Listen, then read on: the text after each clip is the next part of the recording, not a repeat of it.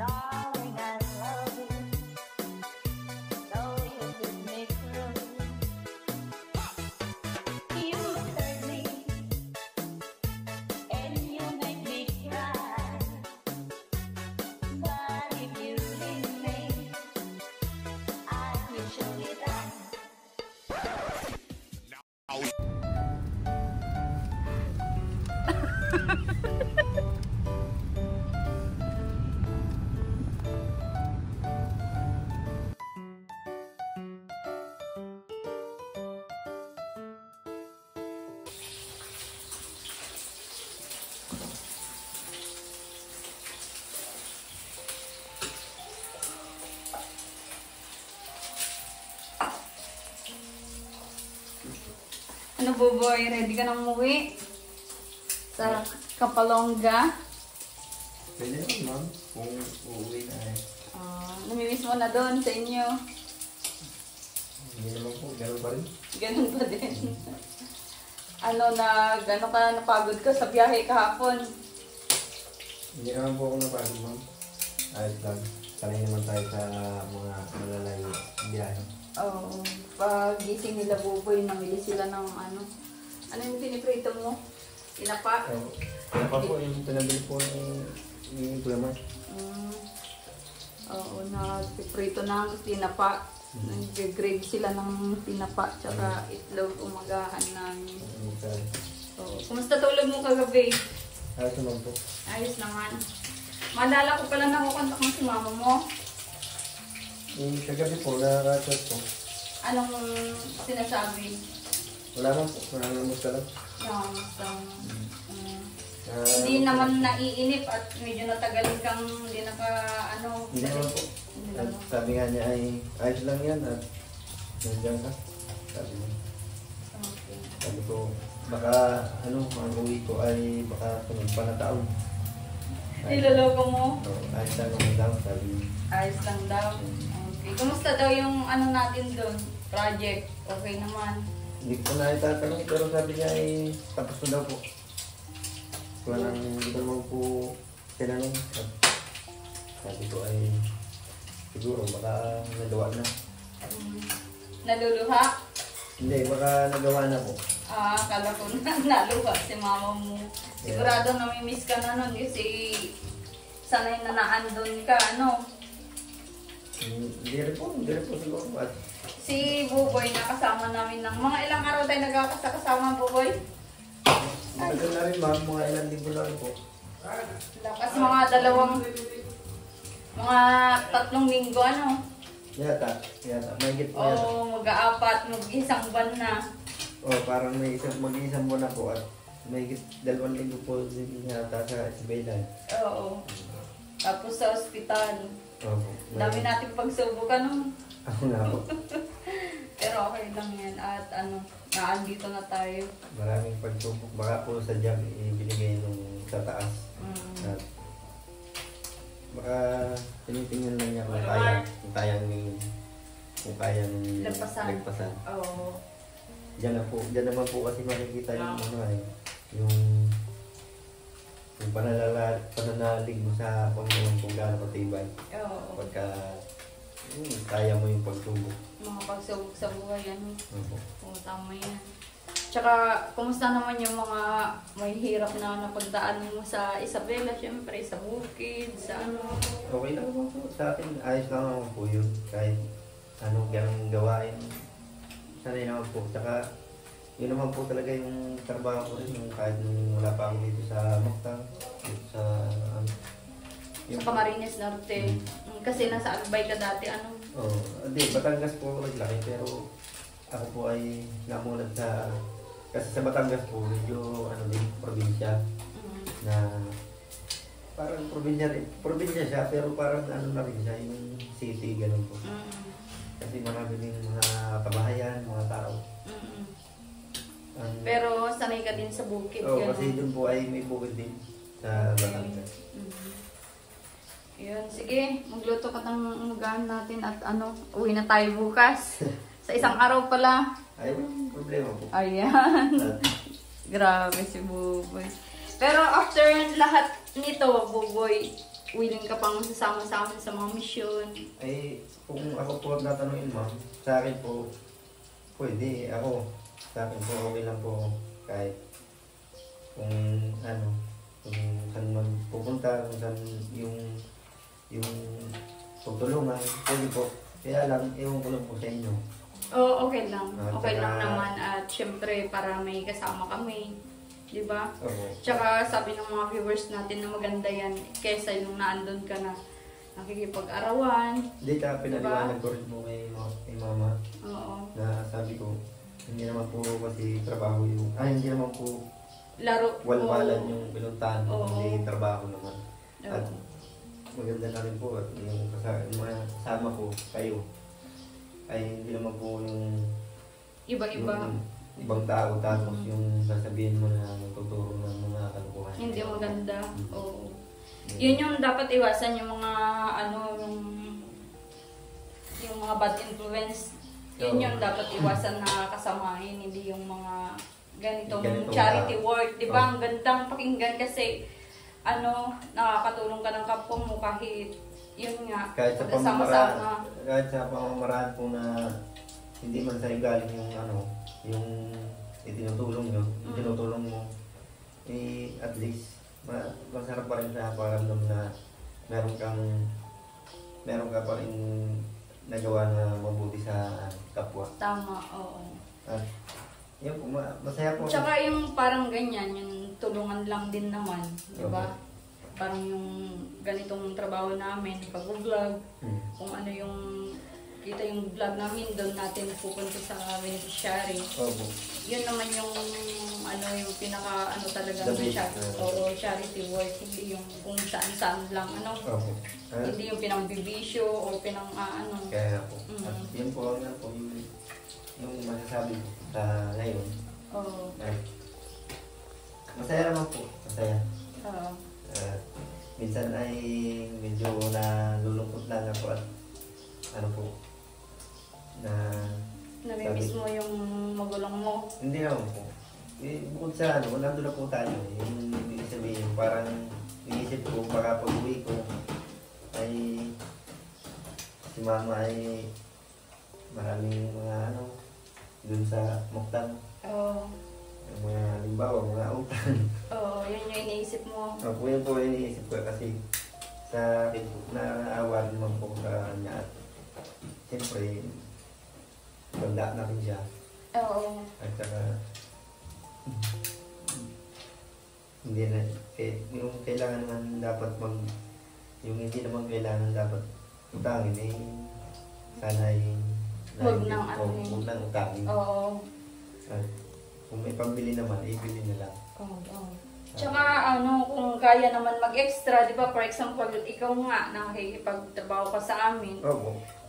Si mama mo naiiwan doon, tapos pwede naman siyang mag-extra, ganon. Pwede naman At nung nag-alis naman tayo, wala naman siyang masabi kasi binigyan namin natin ng allowance. Ginikasan ko pa siya, Opo. Tapos kung kaya niya naman mag-extra kami sa mga extra na kailangan niya, gawin niya para magtulungan kayo, di ba? Hindi lang yung isa ang gumagawa kasi mas mahirap yan na sa'yo lang aasa, di ba? Mas mahirap yun. Mas maganda yung dalawa kayong magtulungan para syempre gagaan yung buhay nyo. Yun nga po. Hindi yung babalik kayo sa parang ginagawa niya na manghingi siya ng pangkain mo, ng pangkape nyo, manghingi sa kapitbahay. Dapat ganun yung mga lesson na gawin ni mama mo, lesson learned siya.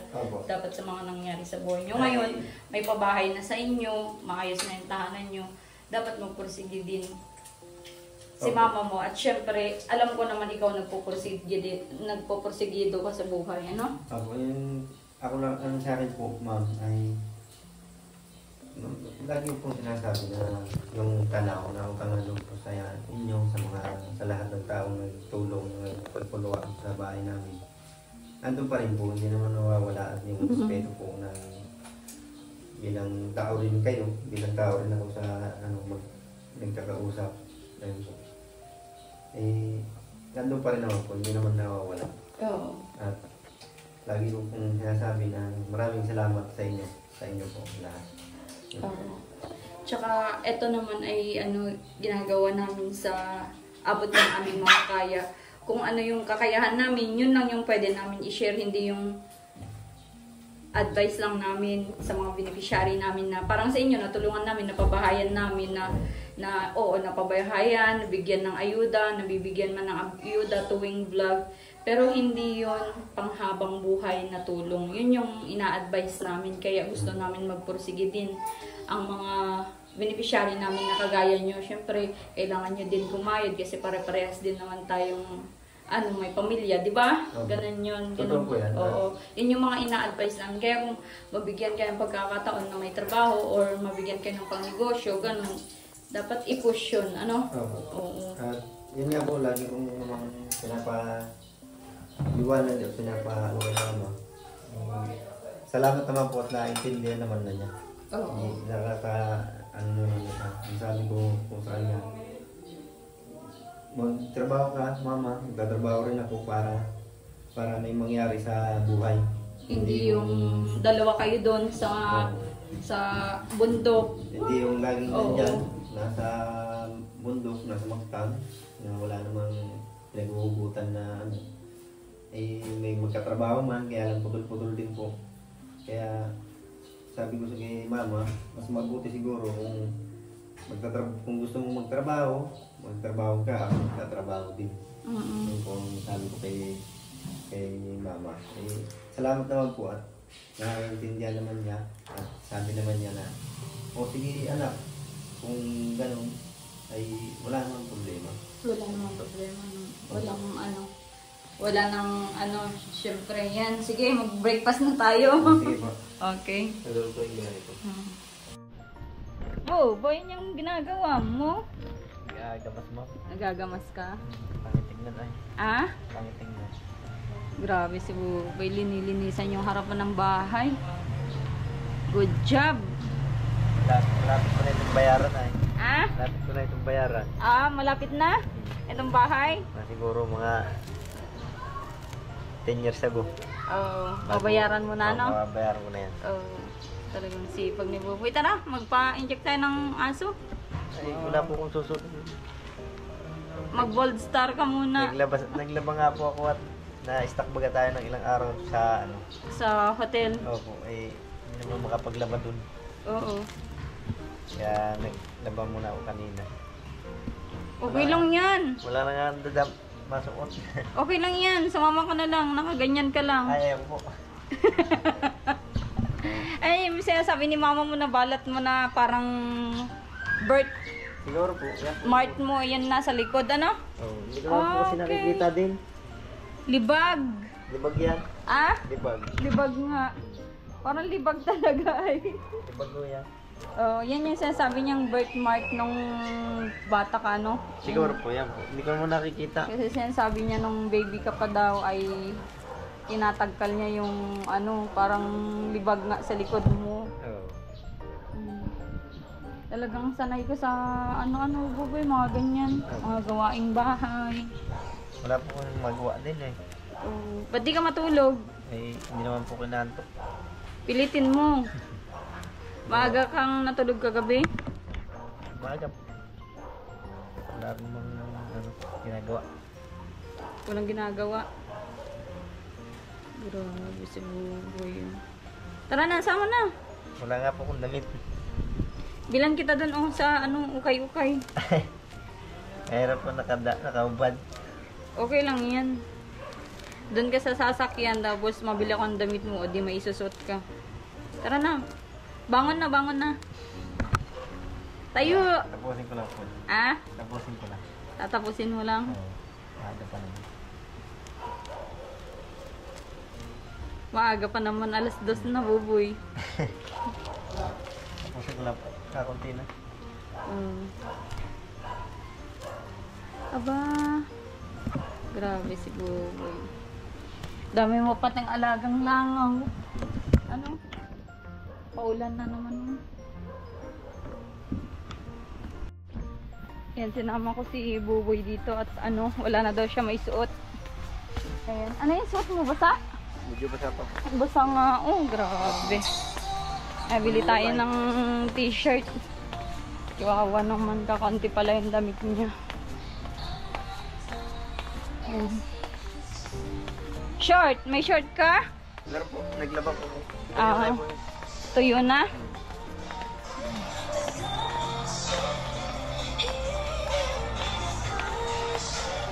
Doon ang pang lalaki. Doon.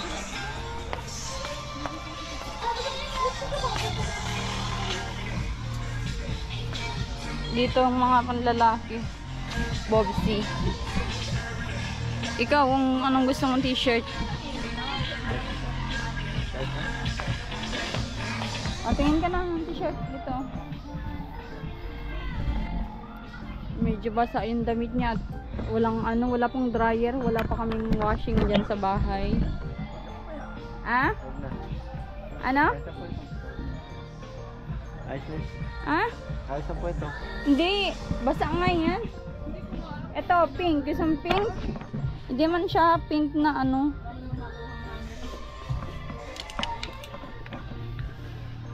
Binek. Ah, ito oh, bagay mo. Ah? Pantulog. Ito oh, Buboy, black. Oh. Sige na, doon na sa counter. Para ano, may suot ka. Astig yan, Buboy.